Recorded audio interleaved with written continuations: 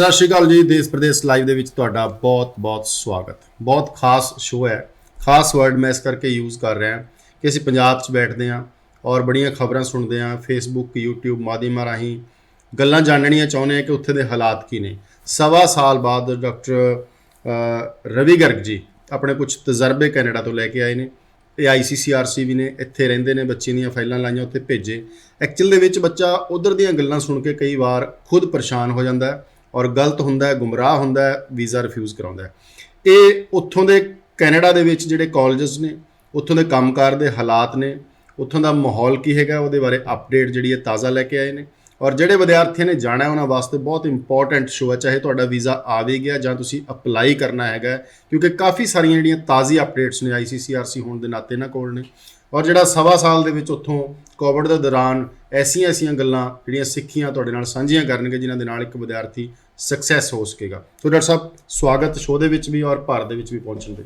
ਸੰਧੂ ਸਾਹਿਬ, show ਤੇ ਸ਼ਰਧਾ ਦੇਣ ਲਈ ਬਹੁਤ ਬਹੁਤ ਧੰਨਵਾਦ ਤੇ ਸਾਰਿਆਂ ਨੂੰ ਮੇਰੀ ਪਿਆਰ ਭਰੀ ਸਤਿ ਸ੍ਰੀ ਅਕਾਲ ਤੇ ਵੈਲਕਮ ਕਰਨ ਵਾਸਤੇ ਵੀ ਬਹੁਤ ਧੰਨਵਾਦ ਜੀ। ਡਾਕਟਰ ਸਾਹਿਬ, ਕੀ ਹਾਲਾਤ ਨੇ? ਮੈਂ ਸਟੂਡੈਂਟ ਪੁਆਇੰਟ ਤੋਂ ਜੇ ਪੁੱਛਾਂ, ਜਿਹੜਾ ਵਿਦਿਆਰਥੀ ਜਾ ਰਿਹਾ ਹੈ ਉਹਦੀ ਗੁਜ਼ਰ ਬਸਰ ਕਿਸ ਤਰ੍ਹਾਂ ਹੋ ਰਹੀ ਹੈ, ਜ਼ਿੰਦਗੀ ਕਿਵੇਂ ਦੀ ਹੈ? ਜਿਹੜੇ ਅੱਜ ਟਰੈਵਲ ਜੇ ਖੁੱਲ੍ਹਦਾ ਹੈ, ਬੱਚੇ ਜਾਣਗੇ, ਕੀ ਚੰਗਾ ਹੈ, ਕੀ ਮਾੜਾ ਪੱਖ ਹੈ ਕੈਨੇਡਾ ਦੇ ਵਿੱਚ ਕੰਮਕਾਰ ਨੂੰ ਲੈ ਕੇ, ਐਜੂਕੇਸ਼ਨ ਨੂੰ ਲੈ ਕੇ ਤੁਹਾਡੇ ਕੋਲ ਕੀ ਅਪਡੇਟ ਹੈ?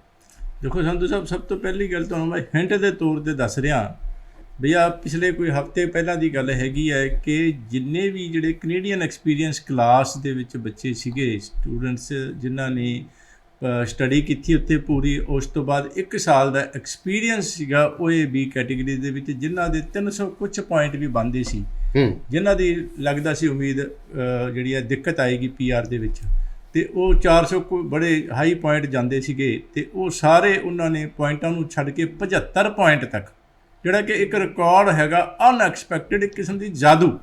ਮੁੱਕਦੀ ਗੱਲ ਇਹ ਕਿ ਜਿੰਨੇ ਵੀ 1 ਸਾਲ ਦੇ ਤਜਰਬੇ ਵਾਲੇ ਬੱਚੇ ਸੀਗੇ ਉਹ ਸਾਰੇ ਹੀ ਉਹਨਾਂ ਨੂੰ PR ਵਾਸਤੇ ਇਨਵੀਟੇਸ਼ਨ ਭੇਜ ਦਿੱਤੀ, PR ਕਰ ਦਿੱਤੀ। ਮਤਲਬ ਕਮਾਲ ਹੀ ਹੋ ਗਈ ਹੈ। ਤਾਂ ਮਤਲਬ ਅਨਐਕਸਪੈਕਟਡ ਸੋਚ ਵੀ ਨਹੀਂ ਸਕਦੇ। ਅਤੇ ਉਹਨਾਂ ਦੀ ਇਸ ਤੋਂ ਇੰਟੈਂਸ਼ਨ ਲੱਗਦੀ ਹੈ, ਉਹਨਾਂ ਦੀ ਨੀਅਤ ਕੈਨੇਡੀਅਨ ਐਕਸਪੀਰੀਅੰਸ ਜਿਹੜੀ ਕੈਨੇਡੀਅਨ ਗਵਰਨਮੈਂਟ ਦੀ ਲੱਗਦੀ ਪਈ, ਪਤਾ ਲੱਗਦਾ ਪਿਆ। ਕਹਿੰਦੇ ਪਏ ਨੇ ਵੀ ਤਕਰੀਬਨ 1 ਲੱਖ ਪਰ ਈਅਰ ਦੀ ਸਾਨੂੰ ਜਿਹੜੇ ਪਰਮਾਨੈਂਟ ਰੈਜ਼ੀਡੈਂਟ ਬਣਾਉਣੇ ਨੇ ਅਸੀਂ, 1 ਲੱਖ ਪਰ ਈਅਰ। ਅਤੇ ਉਹ ਜਿਹੜੇ ਨੈਕਸਟ 3 ਈਅਰਸ ਤੱਕ ਦਾ ਟਾਰਗੇਟ ਜਿਹੜਾ ਹੈਗਾ ਅਤੇ ਉਹਦੇ ਵਿੱਚੋਂ ਕਿਉਂਕਿ ਬਾਹਰੋਂ PR ਜਿਹੜੇ ਹੈਗੇ ਨੇ ਘੱਟ ਗਏ ਨੇ ਔਰ ਘੱਟ ਬੰਦੇ ਜਿਹੜਾ 2020 'ਚ ਜਿਹੜੇ ਕਰੋਨਾ ਦੇ ਕਰਕੇ ਘੱਟ ਗਏ ਨੇ, ਅਤੇ ਉਹਨਾਂ ਨੇ ਸਭ ਤੋਂ ਪਹਿਲ ਦਿੱਤੀ ਵੀ ਫਟਾਫਟ ਜਿਹੜੇ ਕੈਨੇਡਾ 'ਚ ਬੈਠੇ ਨੇ ਉਹਨਾਂ ਨੂੰ ਦੇ ਦਈਏ। ਫਿਲਹਾਲ 27,000 ਦੇ ਕਰੀਬ ਇੱਕੋ ਵਾਰ ਦੇ ਵਿੱਚ PR ਦਿੱਤੇ। ਇੱਕ ਨਿਊਜ਼ ਵੀ ਆਈ ਡਾਕਟਰ ਸਾਹਿਬ ਕਿ 27,000 ਬੰਦਾ ਇੱਕ ਦਿਨ 'ਚ ਪੱਕਾ, ਇੱਕ ਦਿਨ ਦੇ ਵਿੱਚ ਪੱਕਾ ਕੀਤਾ। ਬਿਲਕੁਲ। ਅਤੇ ਮੈਂ ਕਹਿੰਦਾ ਕਿ ਬਸ ਇੱਕ ਕਿਸਮ ਦੀ ਜਿਵੇਂ ਕਹਿੰਦੇ ਕਿ ਛੱਪੜ ਫਾੜ ਕੇ ਦੇਣ ਵਾਲੀ ਗੱਲ ਹੈ ਰੱਬ ਵੱਲੋਂ, ਔਰ ਲਾਟਰੀਆਂ ਨਿਕਲਣ ਵਾਲੀ ਗੱਲ ਹੈਗੀ ਹੈ। ਮਤਲਬ ਮੈਂ ਆਪਣਾ ਦਿਲ ਦੀ ਖੁਸ਼ੀ ਬਿਆਨ ਨਹੀਂ ਕਰ ਸਕਦਾ ਕਿ ਬੱਚਿਆਂ ਨੂੰ ਹੁੰਦਾ ਸੀਗਾ ਕਿ ਪਤਾ ਨਹੀਂ ਕਿਵੇਂ PR ਹੋਊਗੀ। ਨੈਚੁਰਲ ਹੈ ਕਿ ਘੁੰਡੀਦਾਰ ਰਸਤੇ ਘੁਮਾਵਦਾਰ ਹੁੰਦੇ ਸੀ ਵੀ ਆਹ ਐਕਸਪੀਰੀਅੰਸ ਲੈਣਾ, ਐਂ ਕਰਨਾ, ਐਵੇਂ ਨਹੀਂ, ਐਵੇਂ PR ਹੋਊ, ਐਵੇਂ ਨਹੀਂ ਹੋਊ। ਅਤੇ ਬੱਚੇ ਸਾਨੂੰ ਪੁੱਛਦੇ ਸੀ, ਸਾਨੂੰ ਵੀ ਬੱਚਿਆਂ ਨੂੰ ਦੱਸਦੇ ਸੀ, ਅਤੇ ਉਹ ਫਟਾਫਟ ਮਿੰਟੋ ਮਿੰਟੀ ਐਵੇਂ ਦੇ ਕਰਕੇ ਫਟਾਫਟ PR ਸਾਰੇ ਕੱਢ ਦਿੱਤੇ। ਅਤੇ ਹੁਣ ਆਉਣ ਵਾਲੇ ਟਾਈਮ ਦੇ ਵਿੱਚ ਵੀ ਹਰ ਹਫ਼ਤੇ 10 ਦਿਨ 15 ਦਿਨ ਦੇ ਵਿੱਚ ਜਿਹੜਾ ਵੀ ਡਰਾ ਨਿਕਲੇਗਾ ਉਸ ਦੇ ਵਿੱਚ ਉਹਨਾਂ ਨੇ ਸਾਰੇ ਇਹ ਦੱਸ ਦਿੱਤਾ ਵੀ ਸਾਰੇ ਚੱਕ ਲੈਣੇ ਹੈ, ਜਿਨ੍ਹਾਂ ਦਾ ਸਾਲ ਦਾ ਐਕਸਪੀਰੀਅੰਸ ਹੋ ਕੇ, ਜਿਨ੍ਹਾਂ ਨੇ ਪ੍ਰੋਫਾਈਲ ਬਣਾਇਆ ਹੈਗਾ ਕੈਨੇਡੀਅਨ ਐਕਸਪੀਰੀਅੰਸ ਕਲਾਸ ਦੇ ਵਿੱਚ ਐਕਸਪ੍ਰੈਸ ਐਂਟਰੀ ਦੇ ਵਿੱਚ। ਸੋ ਕੁਛ ਵੀ ਨਹੀਂ, ਬਹੁਤ ਵਧੀਆ। ਅਤੇ ਮਤਲਬ ਇੰਟੈਂਸ਼ਨਸ ਇਹਦੇ ਨਾਲ ਪਤਾ ਲੱਗਦੀਆਂ ਪਈਆਂ ਨੇ ਕਿ ਬੜੀ ਖੁਸ਼ੀ ਹੈਗੀ ਹੈ ਕਿ ਇੱਕ ਚੰਗੇ ਰਾਹ 'ਤੇ ਜਦੋਂ ਭੇਜੀਏ ਕਿਸੇ ਨੂੰ ਔਰ ਅੱਗੇ ਜਾ ਕੇ ਅਗਲੇ ਦੀ ਕਾਮਯਾਬੀ ਹੋ ਜੇ, ਬੱਲੇ ਬੱਲੇ ਹੋ ਜੇ, ਅਤੇ ਜ਼ਿੰਦਗੀ ਦਾ ਇਹ ਲੱਗਦਾ ਕਿ ਕੁਛ ਚੰਗਾ ਕੰਮ ਕੀਤਾ, ਸਮਾਜ ਸੇਵਾ ਕੀਤੀ ਹੈ, ਬਹੁਤ ਵਧੀਆ ਕੰਮ ਕੀਤਾ। ਅੱਗੇ ਜਾ ਕੇ ਤਕਲੀਫਾਂ ਆਉਣ, ਬੱਚੇ ਰੁੜ ਜਾਣ, ਪਰੇਸ਼ਾਨ ਹੋਣ, ਔਖੇ ਹੋਣ, ਅਤੇ ਫਿਰ ਇਹ ਲੱਗਦਾ ਕਿ ਵੀ ਇਹ ਸ਼ਾਇਦ ਤਕਲੀਫ ਵਾਲਾ ਗੱਲ ਚੰਗਾ ਇੰਡੀਕੇਸ਼ਨ ਹੈ ਸਟੂਡੈਂਟਸ ਲਈ, ਬਹੁਤ ਵਧੀਆ ਇੰਡੀਕੇਸ਼ਨ। ਔਰ ਇੱਕ ਚੀਜ਼ ਜਿਹੜਾ ਹੈਗਾ ਨੈਚੁਰਲੀ ਇਹ PR ਤਾਂ ਕਢਾਈ ਨਾ, ਜਦੋਂ 1 ਸਾਲ ਦੇ ਐਕਸਪੀਰੀਅੰਸ ਤੋਂ ਬਾਅਦ PR ਤਾਂ ਕਢਾਈ ਨਾ, ਜਿਹੜੇ ਬੱਚੇ ਪੜ੍ਹਨ ਵਾਸਤੇ ਗਏ ਅਤੇ ਬਾਅਦ 'ਚ 1 ਸਾਲ ਦਾ ਐਕਸਪੀਰੀਅੰਸ ਕੀਤਾ, ਜੇ ਪੜ੍ਹਨ ਜਾਣਗੇ ਤਾਂ ਬਾਅਦ ਵਿੱਚ ਫਿਰ ਇਹਨਾਂ ਦੀ PR ਹੋਏਗੀ ਨਾ। ਸੋ ਇਹ ਇਸ ਕਰਕੇ ਉਹਨਾਂ ਨੇ ਸਟੱਡੀ ਵੀਜ਼ਾ ਨੂੰ ਬਹੁਤ ਪ੍ਰਮੋਟ ਕੀਤਾ ਹੋਇਆ, ਬਹੁਤ ਹਾਈ ਸਕਸੈਸ ਰੇਟ। ਔਰ ਮੈਂ ਪਹਿਲੀ ਵਾਰੀ ਸੰਧੂ ਸਾਹਿਬ, ਤੁਸੀਂ ਸ਼ਾਇਦ ਸੁਣਿਆ ਨਹੀਂ ਹੋਵੇਗਾ ਕਦੇ ਵੀ ਮੈਨੂੰ ਵੀ 100% ਸਕਸੈਸ ਰੇਟ ਤੁਸੀਂ ਸ਼ਾਇਦ ਕਦੇ ਵੀ ਨਹੀਂ ਸੁਣਿਆ ਹੋਵੇਗਾ। ਇੰਨੇ ਸਾਲਾਂ ਤੋਂ ਅਸੀਂ ਗੱਲਬਾਤ ਕਰਦੇ ਹਾਂ ਇਸ ਮੰਚ 'ਤੇ ਬੈਠ ਕੇ, ਔਰ 100% ਸਕਸੈਸ ਰੇਟ ਕਦੇ ਨਹੀਂ ਹੋਇਆ। 90, 95%, 80%, 85%। ਪਿਛਲੇ ਹਫ਼ਤੇ ਸਾਰਾ ਹਫਤਾ ਜਿਹੜਾ 100% ਸਕਸੈਸ ਰੇਟ, ਸਾਰੇ ਵੀਜ਼ੇ ਆਏ ਨੇ ਔਰ ਬਹੁਤ ਲੋ ਮਾਰਕਸ। ਔਰ ਇੱਕ ਮੈਨੂੰ ਯਾਦ ਹੈ ਫਿਜ਼ਿਕਸ ਦੇ ਵਿੱਚ 42, ਕੈਮਿਸਟਰੀ ਦੇ ਵਿੱਚ 36 ਤੇ ਬਾਇਓਲੋਜੀ ਦੇ ਵਿੱਚ 48 ਨੰਬਰ ਸੀਗੇ, ਇੰਗਲਿਸ਼ ਦੇ ਵਿੱਚ ਨੰਬਰ ਠੀਕ ਸੀਗੇ, ਤਕਰੀਬਨ 55 ਨੰਬਰ ਸੀਗੇ। ਇੰਨੇ ਲੋ ਆਲਮੋਸਟ ਫੇਲ ਵਰਗਾ ਬੱਚੇ ਦੇ ਵੀਜ਼ੇ, ਹੋਰ ਵੀ ਬੜੇ ਲੋ ਮਾਰਕਸ ਵਾਲਿਆਂ ਦੇ ਵੀਜ਼ੇ। ਔਰ 2013 ਦਾ ਵੀਜ਼ਾ ਰੀਸੈਂਟਲੀ ਪਰਸੋਂ ਆਇਆ ਤੇ ਇੰਨਾ ਜਿਹੜਾ ਹੈਗਾ ਗੈਪ ਵੀ ਓਕੇ ਹੈਗਾ। ਸੋ ਇਹ ਜਿਹੜਾ ਹੈਗਾ ਬੜਾ ਅੱਛਾ ਮਾਹੌਲ। ਜਿਨ੍ਹਾਂ ਨੇ ਵੀ ਬਾਹਰ ਜਾਣਾ, Canada is a very safe country. ਇੱਕ ਐਗਜ਼ਾਮਪਲ ਦੇ ਤੌਰ 'ਤੇ, ਖਾਸ ਤੌਰ 'ਤੇ ਆਪਾਂ ਕੁੜੀਆਂ ਨੂੰ ਭੇਜਦੇ ਹਾਂ ਅਤੇ ਮੈਂ ਪੰਜਾਬ ਦਾ ਐਗਜ਼ਾਮਪਲ ਹੈਗਾ, ਮੈਨੂੰ ਪਤਾ ਹੈ ਪੰਜਾਬ ਦੇ ਮਾਹੌਲ ਦਾ ਵਿੱਚ ਆਪਾਂ ਕੁੜੀਆਂ ਨੂੰ ਸੋਚਦੇ ਹਾਂ ਵੀ ਉੱਥੇ ਕੋਈ ਰਿਸ਼ਤੇਦਾਰ ਨਹੀਂ ਆ, ਫਰੈਂਡ ਨਹੀਂ ਹੈ, ਅਤੇ ਇਹ ਨਾ ਹੋਵੇ ਉੱਥੇ ਕੋਈ ਅਨਸੇਫ ਦਾ ਵਾਲੀ ਗੱਲ ਵੀ ਬੱਚੇ ਦੀ, ਕੁੜੀ ਦੀ ਖਿਆਲ ਕੌਣ ਕਰੂੰਗਾ, ਕੋਈ ਕੁੜੀ ਨੂੰ ਤਕਲੀਫ ਨਾ ਆਵੇ। ਅਤੇ ਉੱਥੇ ਮੈਂ 2006 ਦਾ ਪਰਮਾਨੈਂਟ ਰੈਜ਼ੀਡੈਂਟ ਉੱਥੇ ਰਹਿਣਾ, ਬੱਚੇ ਮੇਰੇ ਉੱਥੇ। ਔਰ ਇਹ ਕਿ ਜਿਹੜੀ ਪੁਲਿਸ ਜਿਹੜੀ ਹੈਗੀ ਹੈ, ਜਿਸ ਨੇ ਰੱਖਿਆ ਕਰਨੀ ਹੁੰਦੀ ਹੈ, ਮਤਲਬ ਹੀ ਨਹੀਂ ਹੈ 100% ਜਿਹੜੀ ਹੈਗੀ ਹੈ ਕਰਪਸ਼ਨ ਫਰੀ, ਕੋਈ ਮਤਲਬ ਹੀ ਨਹੀਂ ਹੈ। ਆਪਾਂ ਸੋਚ ਵੀ ਨਹੀਂ ਸਕਦੇ, ਇੱਥੇ ਤਾਂ ਮਿੰਟ ਲਾਉਂਦੇ ਕਿਸੇ ਨੂੰ 100-200 ਰੁਪਈਆ ਦੇਣ ਲੱਗਿਆ, ਉੱਥੇ ਅਸੀਂ ਦਿਮਾਗ ਦੇ ਵਿੱਚ ਸੋਚ ਵੀ ਨਹੀਂ ਸਕਦੇ ਕਿ ਕੋਈ ਗਲਤ ਗੱਲ ਹੋ ਜੇ ਅਤੇ ਆਪਾਂ ਮਤਲਬ ਲਾਈਟ ਕ੍ਰਾਸ ਕਰ ਜਾਈਏ, ਰੈੱਡ ਲਾਈਟ ਜਾਂ ਕੋਈ ਹੋਰ ਕੰਮ, ਅਤੇ ਕਿਸੇ ਨੂੰ ਕੋਈ ਆਪਾਂ ਆਫਰ ਕਰਨ ਦੀ ਵੀ ਨਹੀਂ ਸੋਚ ਸਕਦੇ, ਸਿੱਧਾ ਅੰਦਰ ਜਾਵਾਂਗੇ। ਡਾਕਟਰ ਸਾਹਿਬ ਮੇਰਾ ਇੱਕ ਸਵਾਲ ਹੈ ਰੋਕ ਕੇ, ਇੱਕ ਪਾਸੇ ਤੁਸੀਂ ਇੰਨੀ ਵਧੀਆ ਕੈਨੇਡਾ ਦਾ ਪੋਜ਼ੀਟਿਵ ਪੱਖ ਦੱਸਿਆ, ਆਪਣਾ ਰਿਜ਼ਲਟ ਦੱਸਿਆ ਸਕਸੈਸ 100%, ਇੱਕ ਪਾਸੇ ਤੁਸੀਂ ਇਹ ਦੱਸਿਆ ਕਿ ਕੈਨੇਡਾ ਨੂੰ ਹੋਰ ਲੱਖ ਬੰਦੇ ਪੱਕੇ ਕਰਨੇ ਨੇ, ਸਟੂਡੈਂਟ ਦੀ ਜ਼ਰੂਰਤ ਹੈ, 27,000 ਬੰਦਾ ਇੱਕ ਦਿਨ 'ਚ ਪੱਕਾ ਕੀਤਾ। ਬਿਲਕੁਲ। ਮੈਂ ਹੁਣ ਤੁਹਾਨੂੰ ਭਾਰਤ ਦੀ, ਪੰਜਾਬ ਦੀ ਥੋੜ੍ਹਾ ਜਿਹਾ ਦੁਖਾਂਤ ਦੱਸੂਗਾ, ਇਹ ਕਿੱਥੇ ਗੈਪ ਹੈ ਕਿ ਅਨਟ੍ਰੇਨਡ ਲੋਕਾਂ ਨੇ ਫਾਈਲਾਂ ਲਾਈਆਂ ਇਸ ਕਰਕੇ 6 ਮਹੀਨੇ ਆਫਰਾਂ ਨਹੀਂ ਆਈਆਂ, ਪਹਿਲਾਂ ਆ ਗਈਆਂ ਤੇ AIP ਨਹੀਂ ਆਇਆ, AIP ਨੇ ਤਾਂ ਸਟੈਂਪ ਨਹੀਂ ਹੋਇਆ ਤੇ ਬੱਚੇ ਆਨਲਾਈਨ ਪੜ੍ਹਨ ਦੀ ਕੋਈ ਉਹਨਾਂ ਨੂੰ ਗਾਈਡੈਂਸ ਨਹੀਂ ਦਿੱਤੀ ਗਈ। ਫਿਰ ਵਿਚਾਰੇ ਕਈਆਂ ਦੇ AIP ਕੈਂਸਲ ਹੋ ਗਏ, ਜਿਹੜਾ AIP ਕੈਂਸਲ ਹੋ ਗਿਆ ਉਹਦੀ ਕੋਈ ਫੀਸ ਨਹੀਂ ਆ ਰਹੀ। ਇਹ ਕਿੱਥੇ ਗੈਪ ਹੈ ਕਿ ਇੱਕ ਪਾਸੇ ਇੰਨਾ ਵੀਜ਼ਾ ਬਣ ਰਿਹਾ ਕੈਨੇਡਾ, ਸਾਡਾ ਪੰਜਾਬ ਦਾ ਬੱਚਾ ਕਿਉਂ ਗਲਤ ਹੱਥਾਂ 'ਚ ਪੈ ਕੇ, ਇਹ ਗੈਪ ਕਿੱਥੇ ਹੈ, ਮਤਲਬ ਪੋਜ਼ੀਟਿਵ ਔਰ ਨੈਗੇਟਿਵ ਦੇ ਵਿੱਚ ਕੀ ਹੈ? ਦੇਖੋ, ਇੱਕ ਚੀਜ਼ ਹੈ, ਭਾਵੇਂ ਆਪਾਂ ਜੇ ਨਾ ਇਹ ਜਿਹੜੇ ਹਿਮਾਚਲ ਪ੍ਰਦੇਸ਼ ਦੇ ਜਿਹੜੇ ਘੁਮਾਵਦਾਰ ਰਸਤੇ ਹੁੰਦੇ ਨੇ, ਟੇਢੇ ਮੇਢੇ ਔਰ ਸੰਕਰੇ ਜਿਹਨੂੰ ਕਹਿੰਦੇ ਆ, ਪਤਲੇ ਰਸਤੇ, ਉਹਦੇ ਵਿੱਚ ਆਮ ਬੰਦੇ ਦਾ ਕੰਮ ਨਹੀਂ ਹੈਗਾ ਡਰਾਈਵਿੰਗ ਕਰਨਾ। ਔਰ ਦੂਜੀ ਐਗਜ਼ਾਮਪਲ ਦਊਂਗਾ ਕਿ ਜਦੋਂ ਸੜਕ ਟੁੱਟੀ ਹੋਈ ਹੈ ਨਾ, ਮੇਨ ਰੋਡ ਦੇ ਵਿੱਚੋਂ, ਪਿੰਡਾਂ ਵਿੱਚੋਂ, ਕਈ ਵਾਰੀ ਕਿਸੇ ਨੇ ਮਹਿਸੂਸ ਕੀਤਾ ਹੋਣਾ, ਮੈਂ ਬਹੁਤ ਵਾਰੀ ਇਸ ਤਰ੍ਹਾਂ ਦੇ ਹਾਲਾਤ ਦੇਖੇ ਵੀ ਪਿੰਡਾਂ ਵਿੱਚੋਂ ਆਪਾਂ ਟੁੱਟੇ ਫੁੱਟੇ ਸੜਕ ਤੋਂ ਔਰ ਰਾਹਾਂ ਵਿੱਚੋਂ ਅਤੇ ਟੇਢੇ ਮੇਢੇ ਰਾਹਾਂ ਵਿੱਚੋਂ ਰਾਹ ਲੱਭ ਕੇ ਆਪਾਂ ਆਪਣੀ ਡੈਸਟੀਨੇਸ਼ਨ 'ਤੇ ਅੱਗੇ ਆਪਣੇ ਰਾਹ 'ਤੇ ਪਹੁੰਚਦੇ ਹੈਗੇ ਹਾਂ। ਅਤੇ ਇੱਕ ਤਾਂ ਇਹ ਗੱਲ ਸੰਧੂ ਸਾਹਿਬ ਕਿ ਉਹਦੇ ਵਿੱਚ ਜਦੋਂ ਟੁੱਟੇ ਫੁੱਟੇ ਰਾਹਾਂ ਵਿੱਚੋਂ ਨਿਕਲਾਂਗੇ ਅਤੇ ਉਹ ਝਟਕੇ ਵੱਜਣਗੇ ਅਤੇ ਆਪਾਂ ਡਰਾਈਵਰ ਨੂੰ ਨਹੀਂ ਦੋਸ਼ ਦੇ ਸਕਦੇ। ਦੂਸਰਾ ਇਹ ਕਿ ਇਹ ਜਿਹੜੀ ਹੈਗੀ ਆ, ਸਿਰਫ ਐਕਸਪਰਟ ਡਰਾਈਵਰ ਹੋਵੇ ਤਾਂ ਸਹੀ ਸਲਾਮਤ ਤਰੀਕੇ ਨਾਲ ਤੁਹਾਡਾ ਜਿਹੜਾ ਇੰਜਰੀ ਹੋਏ ਬਗੈਰ ਜਾਂ ਬਿਲਕੁਲ ਸਹੀ ਸਲਾਮਤ ਤਰੀਕੇ ਨਾਲ ਤੁਹਾਨੂੰ ਸਹੀ ਰਾਹ ਦਿਖਾ ਕੇ ਸਹੀ ਮੁਕਾਮ 'ਤੇ ਜਿਹੜਾ ਡੈਸਟੀਨੇਸ਼ਨ 'ਤੇ ਤੁਹਾਨੂੰ ਪਹੁੰਚਾ ਦੇਗਾ। ਸੜਕ ਟੁੱਟਣ ਦਾ ਮਤਲਬ ਇਹ ਸੀਗਾ ਕਿ ਤੁਸੀਂ ਦੇਖੋ, ਕੋਵਿਡ ਆਇਆ ਜਦੋਂ ਕਿ ਇੱਕ ਫਲਾਈਟ ਕਦੇ ਨਹੀਂ ਕੈਂਸਲ ਹੁੰਦੀ ਸੀ, ਸਾਰੀ ਦੁਨੀਆ ਦੇ ਵਿੱਚ ਸਾਰੀਆਂ ਟੋਟਲ ਲੱਖਾਂ ਫਲਾਈਟਾਂ ਕੈਂਸਲ ਹੋਈਆਂ, ਟ੍ਰੇਨਾਂ ਬੰਦ ਹੋਈਆਂ, ਜਿਹੜੀਆਂ ਬੱਸਾਂ ਬੰਦ ਹੋਈਆਂ, ਸਾਰੀ ਦੁਨੀਆ ਬੰਦ ਹੋ ਗਈ। ਇਸ ਦੇ ਵਿੱਚ ਕੰਸਲਟੈਂਟਸ ਦਾ ਤਾਂ ਕਸੂਰ ਨਹੀਂ ਹੈਗਾ, ਅੜਚਨਾ ਆਈਆਂ, VFS ਬੰਦ ਰਹੇ, ਅੰਬੈਸੀ ਬੰਦ ਰਹੀ, ਬਾਇਓਮੈਟ੍ਰਿਕਸ ਨਹੀਂ ਹੋਏ, ਬੜਾ ਕੁਛ ਬੰਦ ਰਿਹਾ, ਅੜਚਨਾ ਮਤਲਬ ਉਹ ਟੁੱਟੇ ਭੱਜੇ ਰਸਤੇ ਵਾਲੀ ਗੱਲ ਹੋ ਗਈ। ਲੇਕਿਨ ਜਿਸ ਤਰ੍ਹਾਂ ਸਾਡੀ ਕੰਪਨੀ ਹੈਗੀ ਹੈ ICCRC ਮੈਂਬਰ ਦੀ 2003 ਤੋਂ ਕੰਪਨੀ ਚੱਲਦੀ ਪਈ ਹੈਗੀ ਹੈ, ਔਰ ਕੈਨੇਡਾ ਅੰਬੈਸੀ ਦੀ ਵੈਬਸਾਈਟ 'ਤੇ cic.gc.ca ਦੇ ਵਿੱਚ ਆਥੋਰਾਈਜ਼ਡ ਰੈਪਰੈਜ਼ੈਂਟੇਟਿਵ ਅਗਰ ਲਿਖੀਏ ਤੇ ਉਹ ਜਿਹੜੇ ਲੀਗਲ ICCRC ਮੈਂਬਰ ਜਿਹੜੇ ਕੰਸਲਟੈਂਟ ਨੇ ਉਹਨਾਂ ਦਾ ਨਾਂ ਆ ਜਾਏਗਾ। ਸੋ ਉਹ ਜਿਹੜੇ ਸਾਡੇ ਵਰਗੇ ਜਿਹੜੇ ਐਕਸਪਰਟ ਕੰਸਲਟੈਂਟ ਨੇ, ਉਹ ਜਿਹੜੇ ਨੇ ਇਹ ਟੁੱਟੀ ਫੁੱਟੇ ਰਾਹ ਵਾਲੀ ਜਿਹੜੀ ਗੱਲ, ਅੜਚਨਾ ਵਾਲੀਆਂ ਗੱਲਾਂ ਨੇ, ਉਹਨਾਂ ਵਿੱਚੋਂ ਕੱਢ ਕੇ ਆਪਣੇ ਸਟੂਡੈਂਟਸ ਨੂੰ ਲੈ ਗਏ ਨੇ। ਔਰ ਫਾਈਨਲੀ ਹੁਣ ਤਕਰੀਬਨ 1 ਮਹੀਨੇ ਤੋਂ ਧੜ ਵੀਜ਼ੇ ਜਿਹੜੇ ਪੁਰਾਣੇ ਸਾਰੇ ਪਾਸਪੋਰਟ ਕਲੀਅਰ ਕਰਕੇ ਉਹਨਾਂ ਨੇ ਪਾਸਪੋਰਟ ਸਟੈਂਪਾਂ ਲਾ ਕੇ ਭੇਜਦੇ ਪਏ ਨੇ ਔਰ ਬੱਚੇ ਕੈਨੇਡਾ ਜਾਂਦੇ ਪਏ ਨੇ, ਕੋਈ ਦਿੱਕਤ ਨਹੀਂ। ਲੇਕਿਨ ਜਿਹੜੀ ਤੁਸੀਂ ਸੰਧੂ ਸਾਹਿਬ ਗੱਲ ਕੀਤੀ, AIP ਆ ਗਈ, ਉਸ ਤੋਂ ਬਾਅਦ ਜਿਹੜਾ ਹੈ ਫੀਸਾਂ ਮਰ ਗਈਆਂ, ਅਤੇ ਉਹਦੇ ਵਿੱਚ ਇਹ ਇੰਨਾ ਕੰਪਲੀਕੇਟਡ ਟਾਈਮ ਰਿਹਾ ਕਿ ਉਹਨਾਂ ਨੇ ਡੇਟਾਂ ਫਿਕਸ ਕੀਤੀਆਂ ਹੋਈਆਂ ਸੀ ਅੱਡ ਕਾਲਜਾਂ ਦੀ। ਸਪੋਜ਼ ਕਿ 90 ਕਾਲਜ ਨੇ, 90 ਕਾਲਜਾਂ ਦੇ ਅੱਡ ਰੂਲ ਰੈਗੂਲੇਸ਼ਨ ਔਰ ਅੱਡ ਡੈਡਲਾਈਨਾਂ ਕਿ ਇੰਨੀ ਤਰੀਕ ਤੱਕ ਤੁਸੀਂ ਜੇ AIP ਆ ਕੇ ਰਿਫਿਊਜ਼ ਹੋ ਗਿਆ ਜਾਂ ਉੱਦਾਂ ਰਿਫਿਊਜ਼ ਹੋ ਗਿਆ ਜਾਂ ਰਿਜ਼ਲਟ ਨਹੀਂ ਆਇਆ ਤਾਂ ਐਵੇਂ ਕਰਨਾ ਹੈ, ਐਵੇਂ ਕਰਨਾ ਹੈ, ਐਵੇਂ ਕਰਨਾ ਹੈ, ਐਕਸ਼ਨ ਲੈਣੇ ਸੀਗੇ। ਜੇ ਕੋਈ ਕੰਸਲਟੈਂਟ ਖੁੰਝ ਗਿਆ ਤੇ ਇਹ ਸਮਝੋ ਕਿ ਉਸ ਦੀ ਬੱਚੇ ਦੀ ਫੀਸ ਮਰ ਗਈ, ਕਿਉਂਕਿ ਉਹਨਾਂ ਨੇ ਡੈਡਲਾਈਨਾਂ ਦਿੱਤੀਆਂ ਸੀ। ਮਤਲਬ ਇਹ ਕਿ ਵੀ ਨੀਡ ਟੂ ਪੰਜਾਬ ਦੇ ਕੰਸਲਟੈਂਟ ਨੂੰ ਵੈਰੀ ਹਾਈਲੀ ਕੇਅਰਫੁਲ ਕਿ ਉਹਨੂੰ ਬਿਲਕੁਲ ਧਿਆਨ ਨਾਲ ਸਮਝਦਾਰੀ ਨਾਲ ਉਹ ਡੇਟਾ ਲਾਣੀਆਂ, ਸਮਝਦਾਰੀ ਨਾਲ ਹਿਸਾਬ ਕਿਤਾਬ ਕੇ ਉਹ ਸਾਰਾ ਰਿਕਾਰਡ ਰੱਖਣਾ ਔਰ ਬੱਚਿਆਂ ਨੂੰ ਅਕੋਰਡਿੰਗਲੀ ਉਸੇ ਹਿਸਾਬ ਨਾਲ ਰੂਲ ਰੈਗੂਲੇਸ਼ਨ ਤੋਂ ਜਾਣੂ ਕਰਵਾਉਣਾ, ਟਾਈਮ ਟੂ ਟਾਈਮ ਅਪਡੇਟਡ ਰੱਖਣਾ ਔਰ ਉਹਨਾਂ ਦੇ ਉੱਪਰ ਐਕਸ਼ਨ ਲੈਣਾ, ਧਿਆਨ ਰੱਖਣਾ, ਤਾਂ ਕਿਤੇ ਬੱਚਤ ਹੋਣੀ ਸੀਗੀ। ਗੱਲ ਉਹੀ ਕਿ ਇੱਕ ਐਕਸਪਰਟ ਡਰਾਈਵਰ ਹੀ ਕੱਢ ਕੇ ਲਿਜਾ ਸਕਦਾ। So definitely it makes a difference. ਅਤੇ ਜਿਹੜੇ ਦੇਸੀ ਕੋਈ, ਜਿਸ ਤਰ੍ਹਾਂ ਮੈਂ ਹੁਣ ਐਗਜ਼ਾਮਪਲ ਦਿੰਦਾ, ਮੈਂ ਇੱਕ ਬੰਦੇ ਦੀ ਐਗਜ਼ਾਮਪਲ ਦਿੰਦਾ ਕਿ ਉਸ ਬੰਦੇ ਨੇ ਮੇਰੀ ਕੰਪਨੀ ਦੇ ਵਿੱਚ ਮੈਨੂੰ ਇੱਕ ਵਾਰੀ ਪਤਾ ਲੱਗਿਆ ਕਿ ਬੇਈਮਾਨੀ ਕੀਤੀ, ਮੈਂ ਉਸ ਬੰਦੇ ਨੂੰ ਕੱਢ ਦਿੱਤਾ। ਅਤੇ ਆਹ ਥੋੜ੍ਹੇ ਚਿਰ ਪਹਿਲਾਂ ਦੀ ਗੱਲ ਹੈਗੀ ਆ। ਉਹ ਕਹਿੰਦਾ ਜੀ, ਉਹਨੇ ਕਿਸੇ ਤੋਂ ਪੈਸੇ ਵਾਲੇ ਨਾਲ ਮਿਲ ਕੇ ਕਹਿੰਦਾ ਜੀ ਮੈਨੂੰ ਤਜਰਬਾ ਹੈਗਾ, ਮੈਂ ਡਾਕਟਰ ਰਵੀ ਗਰਗ ਨਾਲ ਕੰਮ ਕੀਤਾ, ਬਹੁਤ ਕੁਛ ਦੇਖਿਆ ਹੈਗਾ, ਮੈਨੂੰ ਤਜਰਬਾ ਹੈਗਾ ਅਤੇ ਆਪਣਾ ਕੰਮ ਖੁਲਵਾਉਣ ਦੀ ਕੋਸ਼ਿਸ਼ ਕਰਦਾ ਪਿਆ ਹੈਗਾ। ਸੋ ਮਤਲਬ ਇਹ ਹੈ ਕਿ ਵੀ ਉਹ ਜਿਹੜਾ ਹੈਗਾ ਕਿ ਜਦੋਂ ਤੱਕ ਕੋਈ ਪ੍ਰੋਪਰ ਡਿਗਰੀਆਂ, proper after all immigration ICCRC member ਬਣਨ ਵਾਸਤੇ ਇਮੀਗ੍ਰੇਸ਼ਨ ਲਾਅ ਪਾਸ ਕੀਤਾ, ਜਿਹੜਾ ਆਈਲੈਟਸ ਦੇ 7 ਬੈਂਡ ਈਚ। ਹੁਣ ਤਾਂ ਇਸ ਵਕਤ ਹੋਰ ਵੀ ਇਹਨਾਂ ਨੇ ਰਿਕੁਆਇਰਮੈਂਟ ਆਈਲੈਟਸ ਦੀ ਵਧਾ ਦਿੱਤੀ ਰੀਸੈਂਟਲੀ ICCRC ਦੀ ਜਿਹੜੇ ਡਿਪਾਰਟਮੈਂਟ ਨੇ। ਸੋ ਇਹ ਸਾਰਾ ਕੁਝ ਇਮੀਗ੍ਰੇਸ਼ਨ ਲਾਅ ਪਾਸ ਕਰਕੇ, ਇਮੀਗ੍ਰੇਸ਼ਨ ਦਾ ਇਹ ਜਿਹੜਾ ਲਾਇਸੈਂਸਿੰਗ ਐਗਜ਼ਾਮ ਪਾਸ ਕਰਕੇ ਅੱਜ ICCRC ਔਰ ਕੈਨੇਡਾ ਅੰਬੈਸੀ ਵੱਲੋਂ ਜਿਹੜੇ ਮਨਜ਼ੂਰਸ਼ੁਦਾ ਲੀਗਲ ਕੰਸਲਟੈਂਟ ਨੇ, ICCRC ਜਿਹੜੀ ਕਿ ਕੈਨੇਡੀਅਨ ਗਵਰਨਮੈਂਟ ਦੀ ਡੈਜ਼ਿਗਨੇਟਿਡ ਬਾਡੀ ਹੈ, ਸਾਨੂੰ ਲੇਟੈਸਟ ਅਪਡੇਟਸ ਦੇ ਨਾਲ ਜਾਣੂ ਰੱਖਦੀ ਹੈਗੀ ਹੈ।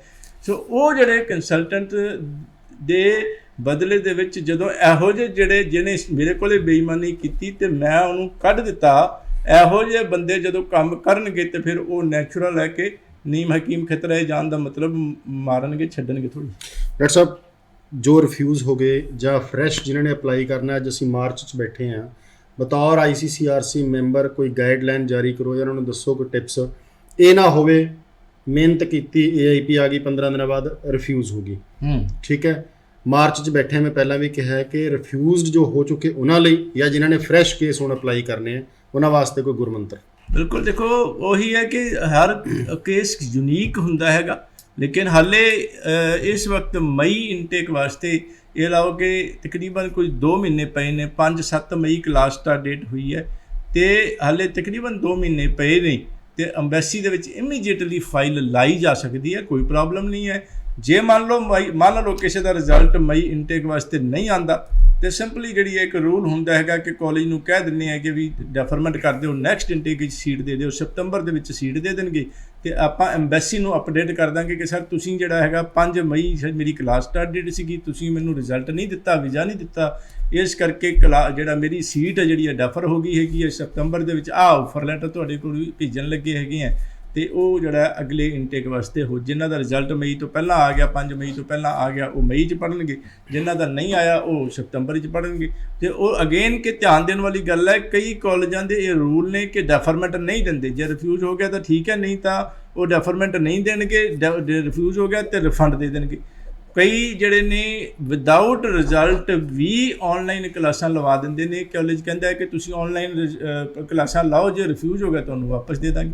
ਕਈ ਇਹ ਕਹਿੰਦੇ ਨੇ ਕਿ AIP ਜਾਂ ਵੀਜ਼ਾ ਆਇਆ ਤਦ ਹੀ ਤੁਹਾਨੂੰ ਕਲਾਸਿਸ ਲਾਉਣ ਦੇਵਾਂਗੇ। ਸੋ ਉਹ ਬੜੇ ਅੱਡ ਕਾਲਜਾਂ ਦੇ ਅੱਡ ਰੂਲ, ਅੱਡ ਬੜਾ ਇੱਕ ਕੰਪਲੀਕੇਟਡ ਮੈਟਰ ਹੈਗਾ ਅਤੇ ਤੁਹਾਡੇ ਕਾਲਜ ਦੇ ਰੂਲ ਦੇ ਮੁਤਾਬਕ ਤੁਹਾਨੂੰ ਅਸੀਂ ਜਿਹੜਾ ਕੰਸਲਟੈਂਟ ਤੁਹਾਡਾ ਗਾਈਡ ਕਰ ਦੇਗਾ ਕਿ ਆਪਾਂ ਹੁਣ ਅੱਗੇ ਐਵੇਂ ਕਰਨਾ ਹੈਗਾ। ਲੇਕਿਨ ਹਾਲੇ ਮਈ ਇਨਟੇਕ ਵਾਸਤੇ ਟਾਈਮ ਹੈਗਾ, ਇਮੀਡੀਏਟਲੀ ਫਾਈਲ ਤਿਆਰ ਕਰਕੇ ਲਾ ਦੇਣੀ। ਤੁਸੀਂ ਲੰਮੇ ਸਮੇਂ ਬਾਅਦ ਵਾਪਸ ਆਏ ਹੋ, ਜਿਨ੍ਹਾਂ ਦੀ ਰਿਫਿਊਜ਼ ਆਈ, AIP ਨਹੀਂ ਆਈ ਜਾਂ ਕੋਈ ਪ੍ਰੋਬਲਮਾਂ ਨੇ ਜਾਂ ਫਰੈਸ਼ ਕੇਸ ਨੇ, ਉਹਨਾਂ ਨੂੰ ਜੇ ਫਿਜ਼ੀਕਲ ਮਿਲਣਾ ਹੈਗਾ ਤਾਂ ਕੀ ਸਿਸਟਮ ਬਣਾਇਆ? ਬਿਲਕੁਲ, ਮੈਂ ਰੀਸੈਂਟਲੀ ਤਕਰੀਬਨ ਕੋਈ 2 ਹਫ਼ਤੇ ਪਹਿਲਾਂ ਆਇਆ, ਕੁਆਰੰਟੀਨ ਸੀਗਾ, ਖ਼ਤਮ ਹੋ ਗਿਆ ਰੀਸੈਂਟਲੀ ਮੇਰਾ, ਔਰ ਇਮੀਡੀਏਟਲੀ ਸਕੈਡਿਊਲ ਬਣਾ ਕੇ ਸਾਰੇ ਪਾਸੇ ਸਾਰੇ ਆਫਿਸਿਸ ਵਿੱਚ ਭੇਜ ਦਿੱਤਾ ਜਾਏਗਾ। ਔਰ ਮੈਂ ਪਰਸਨਲੀ ਵਾਅਦਾ ਕਰਦਾ ਹੈਗਾ ਸਾਰਿਆਂ ਨੂੰ ਮਿਲਾਂਗਾ ਪਿਆਰ ਦੇ ਨਾਲ, ਔਰ ਜਲਦਬਾਜ਼ੀ ਦੀ ਲੋੜ ਨਹੀਂ, ਥੋੜ੍ਹਾ ਜਿਹਾ ਵੇਟ ਕਰ ਲੈਣਾ ਹੈਗਾ। ਮੇਰੇ ਆਫਿਸਿਸ ਦੇ ਨਾਲ ਟੱਚ ਵਿੱਚ ਰਹਿਣਾ ਹੈਗਾ। 70613 'ਤੇ ਕਾਲ ਕਰਨੀ ਹੈਗੀ। ਇੱਕ ਗੱਲ ਮੈਂ ਦਿਲੋਂ ਕਹਿਣਾ ਚਾਹੁੰਦਾ ਹੈਗਾ ਕਿ ਜਿਹੜੀ ਰੋਟੀ ਪਾਣੀ ਦਾ ਜਿਹੜਾ ਔਰ ਪੈਸਿਆਂ ਦਾ ਮਸਲਾ ਹੁੰਦਾ ਹੈ, ਇੰਨੇ ਸਾਲਾਂ ਦੇ ਵਿੱਚ ਤੁਸੀਂ ਮੈਨੂੰ ਇੰਨਾ ਪਿਆਰ, ਮਾਣ, ਇੱਜ਼ਤ, ਵੈਲਿਊ ਦਿੱਤੀ ਚੁਣ ਕੇ ਉਹ ਮੇਰਾ ਖਤਮ ਕਰ ਦਿੱਤਾ, ਜਿਹੜਾ ਆਮ ਬੰਦੇ ਦੀ ਜ਼ਿੰਦਗੀ ਦਾ ਰੋਟੀ ਪਾਣੀ ਦਾ ਸਵਾਲ ਹੁੰਦਾ। ਸੋ ਉਹ ਵੀ ਨੀਅਤ ਪਹਿਲੇ ਦਿਨ ਤੋਂ ਸਾਫ਼ ਰੱਖੀ। ਰੱਬ ਦਾ ਬਹੁਤ ਬਹੁਤ ਸ਼ੁਕਰ ਹੈ ਜਿਹੜਾ ਉਹਨੇ ਇਸ ਤਰ੍ਹਾਂ ਦੀ ਚੰਗੀ ਇਨਸਾਨੀਅਤ ਜਿਹੜੀ ਦੇ ਜਜ਼ਬੇ ਨੂੰ ਮੈਨੂੰ ਦਿੱਤਾ। ਅਤੇ ਅੱਜ ਉਹ ਇੰਨੇ ਸਾਲਾਂ ਦੇ ਨਾਲ ਅੱਜ ਇਸ ਵਕਤ ਸਿਰਫ ਤੁਹਾਡੀ ਸੇਵਾ ਦੀ ਤਮੰਨਾ ਹੈਗੀ ਹੈ ਕਿ ਬੱਚੇ ਮਿਲਦੇ ਨੇ। ਅਤੇ ਅੱਜ ਵੀ ਮੈਂ ਆਫਿਸ ਥੋੜ੍ਹੀ ਦੇਰ ਵਾਸਤੇ ਗਿਆ ਸੀਗਾ, ਬੱਚੇ ਦੀ ਨਿਗਾਹ ਪੈ ਗਈ, ਸਰ ਇੱਕ ਮਿੰਟ ਕਰਕੇ ਉਸਨੇ ਮੈਨੂੰ ਰੋਕ ਲਿਆ ਅਤੇ ਉਹਦੀਆਂ ਅੱਖਾਂ ਦੇ ਵਿੱਚ ਮੈਂ ਬੜਾ ਫੀਲ ਕਰ ਸਕਦਾ ਹਾਂ ਕਿ ਇਹ ਲੱਗਦਾ ਕਿ ਰਵੀ ਕਰਕੇ ਮਿਲ ਗਿਆ, ਬਸ ਬੱਲੇ ਬੱਲੇ ਹੋ ਗਈ। ਅਤੇ ਉਹ ਜਲਦੀ ਸੀਗੀ ਹਾਲਾਂਕਿ, ਲੇਕਿਨ ਮੈਂ ਰੁਕਿਆ, ਉਸ ਨਾਲ 10 ਮਿੰਟ ਗੱਲ ਕੀਤੀ, ਉਹਨੂੰ ਰਾਹ ਦੱਸ ਦਿੱਤਾ, ਸਮਝਾ ਦਿੱਤਾ। ਮੈਨੂੰ ਇਸ ਗੱਲ ਦਾ ਅਹਿਸਾਸ ਹੈਗਾ ਕਿ ਲੋਕ ਮੈਨੂੰ ਬਹੁਤ ਪਿਆਰ ਕਰਦੇ ਨੇ, ਮਿਲਣਾ ਚਾਹੁੰਦੇ ਨੇ, ਔਰ ਆਪਣੇ ਜਿਹੜਾ ਦੁੱਖ ਭੰਬਲ ਭੂਸਾ ਪਰੇਸ਼ਾਨੀ, ਜਿਸ ਤਰ੍ਹਾਂ ਸੰਧੂ ਸਾਹਿਬ ਨੇ ਕਿਹਾ, ਉਸ ਤੋਂ ਨਿਕਲਣ ਦਾ ਰਾਹ ਉਹਨਾਂ ਨੂੰ ਮੈਨੂੰ ਮਿਲ ਕੇ ਨਜ਼ਰ ਆਉਂਦਾ ਪਿਆ ਹੈ ਅਤੇ ਮੈਂ ਹਾਜ਼ਰ ਹੈਗਾ, ਵੈਲਕਮ। ਔਰ ਇੱਕ ਖਾਸ ਖੁਸ਼ਖਬਰੀ ਹੋਰ ਕਿ ਕੰਪਨੀ ਦੀ ਫੀਸ ਅੱਜ ਦੇ ਦਿਨ ਨਿਲ ਕਰ ਦਿੱਤੀ ਹੈਗੀ ਹੈ।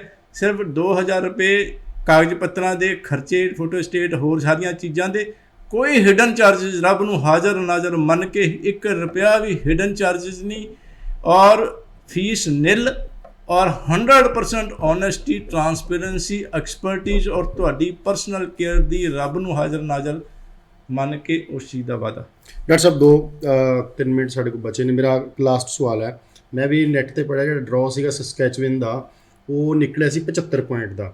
ਇੱਕ ਤਾਂ ਇਹ ਗਾਈਡ ਕਰੋਗੇ ਕਿ ਹੁਣ ਆਉਣ ਵਾਲੇ ਸਮੇਂ ਦੇ ਵਿੱਚ PR ਲੈਣ ਵਾਸਤੇ ਜਿਹੜੀਆਂ ਪ੍ਰੋਵਿੰਸਸ ਨੇ ਉਹ ਕਿਵੇਂ ਸਿਲੈਕਟ ਕੀਤੀਆਂ ਜਾਣ।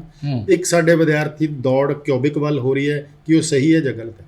ਦੇਖੋ, ਕਿਊਬਿਕ ਦੇ ਵਿੱਚ ਤਾਂ ਇਸ ਵਕਤ ਰੀਸੈਂਟਲੀ ਇੱਕ ਬੜਾ ਵੱਡਾ ਭੰਬਲ ਭੂਸਾ, ਜਿਹਨੂੰ ਕਹਿੰਦੇ ਆ ਪਰੇਸ਼ਾਨੀ ਵਾਲਾ ਕੰਮ ਹੋ ਕੇ ਹਟਿਆ ਹੈਗਾ। ਕਈ ਚੱਕਰ ਪਏ ਨੇ ਉੱਥੇ, ਰੂਲ ਰੈਗੂਲੇਸ਼ਨ ਦੇ ਰੋਲੇ ਪਏ ਹੋਏ ਨੇ, ਹਾਲੇ ਗੌਰਮੈਂਟ ਰੂਲ ਰੈਗੂਲੇਸ਼ਨ ਬਣਾਉਂਦੀ ਪਈ ਹੈਗੀ ਹੈ, ਬਣਾਉਂਦੀ ਸੈੱਟ ਕਰਦੀ ਪਈ ਹੈਗੀ ਹੈ। ਸੋ ਮੈਂ ਇਹ ਸਮਝਦਾ ਹੈਗਾ ਕਿ ਜੇ ਬਾਹਰ ਕਿਤੇ ਹੋਰ ਆਪਸ਼ਨ PR ਦੇ, ਆਪਾਂ ਨੂੰ ਇੱਕ ਮੇਨ ਮਕਸਦ ਹੁੰਦਾ ਸੀਗਾ ਵੀ ਉੱਥੇ ਇੱਕ ਤਾਂ ਫੀਸ ਘੱਟ ਹੈਗੀ ਹੈ, ਜੇ ਕੋਈ ਅਫੋਰਡ ਨਹੀਂ ਕਰਦਾ ਅਤੇ ਫਿਰ ਆਪਾਂ ਫੀਸ ਘੱਟ ਦੇ ਕਾਰਨ ਜਾਓ।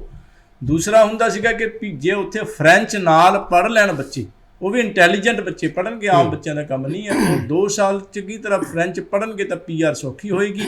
ਉਹ ਵੈਸੇ ਹੀ ਕੈਨੇਡਾ ਗੌਰਮੈਂਟ ਨੇ ਸਾਰੇ ਜਿੱਥੇ ਮਰਜ਼ੀ ਪੜ੍ਹ ਲਓ ਉੱਥੇ ਜਿਹੜੀ PR ਸੌਖੀ ਕਰ ਦਿੱਤੀ। ਹੁਣ ਹਾਲਾਂਕਿ ਹੁਣ ਵੀ, ਕਿਉਂਕਿ 2 ਸਾਲ ਬਾਅਦ ਅਗਰ ਕਿਤੇ ਕੋਈ ਤਕਲੀਫ ਆਵੇ ਅਤੇ ਕਿਊਬੈਕ ਜਿਹੜਾ ਸਸਕੈਚੁਅਨ ਹੈਗਾ, ਮੈਨੀਟੋਬਾ ਹੈਗਾ, ਔਰ ਐਟਲਾਂਟਿਕ ਪ੍ਰੋਵਿੰਸਿਸ ਜਿਹੜੀ ਨੋਵਾ ਸਕੋਸ਼ੀਆ, ਨਿਊ ਬਰੰਜ਼ਵਿਕ, ਨਿਊ ਫਾਊਂਡਲੈਂਡ ਔਰ ਲੈਬਰਾਡੋਰ, ਇਹ ਜਿਹੜੀਆਂ 4 ਪ੍ਰੋਵਿੰਸਿਸ ਹੈਗੀਆਂ ਨੇ, ਉੱਥੇ PR ਥੋੜ੍ਹੀ ਸੌਖੀ ਹੁੰਦੀ ਹੈਗੀ ਹੈ ਕੰਪੈਰੇਟਿਵਲੀ। ਲੇਕਿਨ ਅੱਜ ਦੇ ਦਿਨ ਦੀ ਗੱਲ ਕਰੀਏ ਤਾਂ ਉਹ ਕੈਨੇਡਾ ਗੌਰਮੈਂਟ ਨੇ ਸਾਰੇ ਕੈਨੇਡਾ 'ਚੋਂ ਜਿੱਥੇ ਮਰਜ਼ੀ ਬੱਚੇ ਪੜ੍ਹੇ, ਫਟਾਫਟ ਚੱਕ ਲਓ ਵੀ ਲਓ ਤੋਂ ਫਟਾਫਟ ਚੱਕੋ PR।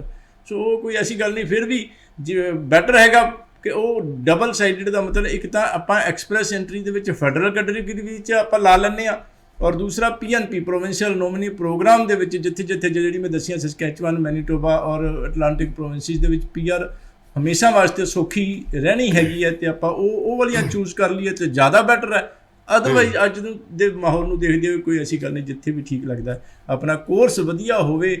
ਗ੍ਰੈਜੂਏਟ ਹਮੇਸ਼ਾ ਪੋਸਟ ਗ੍ਰੈਜੂਏਟ ਪ੍ਰੋਗਰਾਮ ਵਿੱਚ ਜਾਣਗੇ, ਬੜੇ ਧਿਆਨ ਰੱਖਣਾ ਸਬਜੈਕਟ ਵਾਈਜ਼। ਮੰਨ ਲਓ ਕਿ ਮੈਥਮੈਟਿਕਸ 'ਚ ਨੰਬਰ ਘੱਟ ਨੇ ਅਤੇ ਉਹ ਕੋਰਸ ਲੈਣਾ ਜਿਹਦੇ 'ਚ ਮੈਥਮੈਟਿਕਸ ਦੀ ਲੋੜ ਨਾ ਪਵੇ, ਲੈਸ ਦੈਨ 50% ਨਹੀਂ। ਛੋਟੇ ਛੋਟੇ ਮੰਤਰ ਬਹੁਤ ਜ਼ਿਆਦਾ ਨੇ, ਅਤੇ ਸੰਧੂ ਸਾਹਿਬ ਪਹਿਲਾਂ ਹੀ ਧਮਕੀ ਦੇ ਦਿੰਦੇ ਨੇ ਕਿ ਜੀ ਟਾਈਮ ਘੱਟ ਰਹਿ ਗਿਆ। ਨਹੀਂ, ਚਲੋ ਮੈਂ 30 ਸੈਕਿੰਡ ਹੋਰ ਤੁਹਾਡੇ ਤੋਂ ਗਿਆਨ ਲਊਂਗਾ ਜੀ। ਸਾਨੂੰ ਬਹੁਤ ਕਾਲਾਂ ਆਉਂਦੀਆਂ ਇੱਥੇ ਕਿ ਜੀ ਇੱਕ ਮੋਡਿਊਲ 'ਚ 5.5 ਨੇ। ਕੋਵਿਡ ਤੋਂ ਪਹਿਲਾਂ ਕਾਫੀ ਸਾਰੇ ਵੀਜ਼ੇ ਆਏ ਵੀ ਸੀ, ਫਿਰ ਵਿੱਚੋਂ ਦੀ ਬੰਦ ਹੋ ਗਏ ਸੀਗੇ। ਇੱਕ ਮੋਡਿਊਲ 'ਚ 5.5 ਵਾਲਿਆਂ ਲਈ ਕੋਈ ਚਿੰਤਾ ਨਹੀਂ, 1% ਦੀ ਟੈਨਸ਼ਨ ਨਹੀਂ ਹੈ। ਓਵਰਆਲ 6 ਨਾਟ ਲੈਸ ਦੈਨ 5.5, ਲੇਕਿਨ 5.5 ਇਨ 1 ਮੋਡਿਊਲ। 2 ਦੇ ਵਿੱਚ ਹੁਣ ਤਾਂ ਦੁਬਾਰਾ ਇੰਪਰੂਵ ਕਰ ਲਓ, ਇੱਕ ਦੇ ਵਿੱਚ 5.5 ਨੇ, ਧੜ ਵੀਜ਼ੇ, ਕੋਈ ਚਿੰਤਾ ਨਹੀਂ, ਕੋਈ ਟੈਨਸ਼ਨ। ਡਾਕਟਰ ਸਾਹਿਬ ਸ਼ੁਕਰੀਆ। ਮੈਂ ਇੱਕ ਵਾਰ ਫਿਰ ਕਹੂੰਗਾ, 1.25 ਸਾਲ ਬਾਅਦ ਡਾਕਟਰ ਸਾਹਿਬ ਆਏ ਨੇ, ਕਾਫੀ ਸਾਰੇ ਕਾਲਜਾਂ ਨੂੰ ਉੱਥੇ ਮਿਲੇ, ਬੱਚਿਆਂ ਦੇ ਦੁੱਖ ਸਮਝੇ, ਕਿਸ ਤਰ੍ਹਾਂ ਲੈਂਡ ਕਰਨਾ ਹੈ, ਕਿਸ ਤਰ੍ਹਾਂ ਕਾਲਜ 'ਚ ਜਾਣਾ ਹੈ, ਕਿਸ ਤਰ੍ਹਾਂ ਦੇ ਉੱਥੇ ਕੰਮ ਮਿਲ ਰਹੇ ਨੇ ਵਿਦਿਆਰਥੀਆਂ ਨੂੰ, ਅਪਲਾਈ ਕਿਵੇਂ ਕਰਨਾ, ਜਿਵੇਂ ਦੱਸਿਆ ਕਿ ਘੁੰਡੀਆਂ ਨੇ, ਛੋਟੀ ਛੋਟੀਆਂ ਟੈਕਨੀਕਲ ਚੀਜ਼ਾਂ ਨੇ।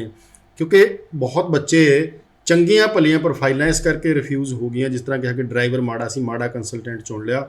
ਮੈਂ ਕਦੇ ਨਹੀਂ ਕਿਹਾ ਕਿ ICCRC ਹੀ ਬੈਸਟ ਹੁੰਦਾ, ਪਰ ਕੋਵਿਡ ਦੇ ਦਿਨਾਂ 'ਚ ਇਹ ਚੀਜ਼ ਸਿੱਧ ਹੋ ਗਈ ਹੈ ਕਿ ਤੁਹਾਨੂੰ ਇੱਕ ਲਾਅ ਕੀਤੀ ਹੋਈ ਕਿਸੇ ਤਜਰਬੇਕਾਰ ਪਰਸਨੈਲਿਟੀ ਤੋਂ ਜਦੋਂ ਅਪਲਾਈ ਕਰਾਉਂਦੇ ਹੋ ਤਾਂ ਉਸ ਚੀਜ਼ ਦਾ ਬਹੁਤ ਵੱਡਾ ਫਰਕ ਪੈਣਾ ਹੈ। ਕਈਆਂ ਨੂੰ ਦਾ ਅਪਡੇਟ ਨਹੀਂ ਆਈ, ਜਿਸ ਤਰ੍ਹਾਂ ਡਾਕਟਰ ਸਾਹਿਬ ਨੇ ਦੱਸਿਆ ਕਿ ਫਲਾਣੇ ਕਾਲਜ ਦੀ ਕੋਈ ਲਾਸਟ ਡੇਟ ਸੀ, ਫਲਾਣੇ ਦੀ ਕੋਈ ਲਾਸਟ ਡੇਟ ਸੀ, ਇੱਧਰ ਤਾਂ ਪਤਾ ਹੀ ਨਹੀਂ ਲੱਗਿਆ, ਕਿਉਂਕਿ ਬਹੁਤ ਸਾਰੇ ਲੋਕ ਤਾਂ ਰਜਿਸਟਰਡ ਹੀ ਨਹੀਂ ਕੈਨੇਡਾ ਗੌਰਮੈਂਟ ਨਾਲ। ਉਹ ਵਿਦਿਆਰਥੀਆਂ ਦੀਆਂ ਫੀਸਾਂ ਫਸ ਗਈਆਂ, ਬਹੁਤ ਵੱਡੇ ਤਾਦਾਦ ਦੇ ਵਿੱਚ ਵਿਦਿਆਰਥੀਆਂ ਦੇ ਵਿੱਚ ਰੋਸ ਸੀਗਾ ਇਸ ਚੀਜ਼ ਦਾ। ਸੋ ਜੇ ਤੁਹਾਡੀ ਪ੍ਰੋਫਾਈਲ ਦੇ ਨਾਲ ਕਿਸੇ ਤਰ੍ਹਾਂ ਦੀ ਕੋਈ ਗਲਤੀ ਹੋਈ ਜਾਂ ਤੁਸੀਂ ਡਰਦੇ ਹੋ ਕਿ ਵੀਜ਼ਾ ਰਿਫਿਊਜ਼ ਨਾ ਹੋਵੇ, ਇੱਕ ਵਾਰ ਕਿਸੇ ਵੀ ICCRC ਮੈਂਬਰ, ਖਾਸ ਤੌਰ ਡਾਕਟਰ ਸਾਹਿਬ ਰਵੀ ਗਰਗ ਜੀ ਨਾਲ ਤੋਂ ਪਾਇਨਰ ਇਮੀਗ੍ਰੇਸ਼ਨ ਤੋਂ ਆਪਣੀ ਫਾਈਲ ਅਸੈਸ ਕਰਵਾ ਲਓ। ਫੀਸ ਇਹਨਾਂ ਨੇ ਦੱਸ ਹੀ ਦਿੱਤੀ ਹੈ ਕਿ ਬੰਦ ਕਰਤੀ ਹੈ, 2000 ਰੁਪਏ ਕਾਗਜ਼ਾਂ ਦੇ ਨੇ। ਸੋ ਲੀਗਲ ਤਰੀਕੇ ਨਾਲ ਜਾਓ, ਖੁਸ਼ੀ ਜਾਓ। ਜਿਸ ਤਰ੍ਹਾਂ ਲੋਕ ਪੱਕੇ ਹੋਏ ਨੇ, ਆਉਣ ਵਾਲੇ ਸਮੇਂ ਦੇ ਵਿੱਚ ਤੁਸੀਂ ਵੀ ਪੱਕੇ ਹੋ ਸਕੋ। ਇਹਦੇ ਲਈ ਜਿਹੜੀ ਕਾਨੂੰਨੀ ਜਾਣਕਾਰੀ ਹੈ ਉਹ ਲੈਣੀ ਬਹੁਤ ਜ਼ਿਆਦਾ ਜ਼ਰੂਰੀ ਹੈ। ਇਹ ਜ਼ਰੂਰੀ ਨਹੀਂ ਹੈ ਕਿ ਫਲਾਣਾ ਬੰਦਾ ਫੀਸ ਬਾਅਦ 'ਚ ਲੈ ਰਿਹਾ ਹੈ, ਪੈਕੇਜ ਵੇਚ ਰਿਹਾ ਹੈ, ਉਹਦੇ ਕੋਲ ਜਾਣਾ ਹੈ। ਇਸ ਚੀਜ਼ ਨੇ PR ਨਹੀਂ ਦਵਾਉਣੀ ਤੁਹਾਨੂੰ। ਧੰਨਵਾਦ, ਸਤਿ ਸ਼੍ਰੀ ਅਕਾਲ।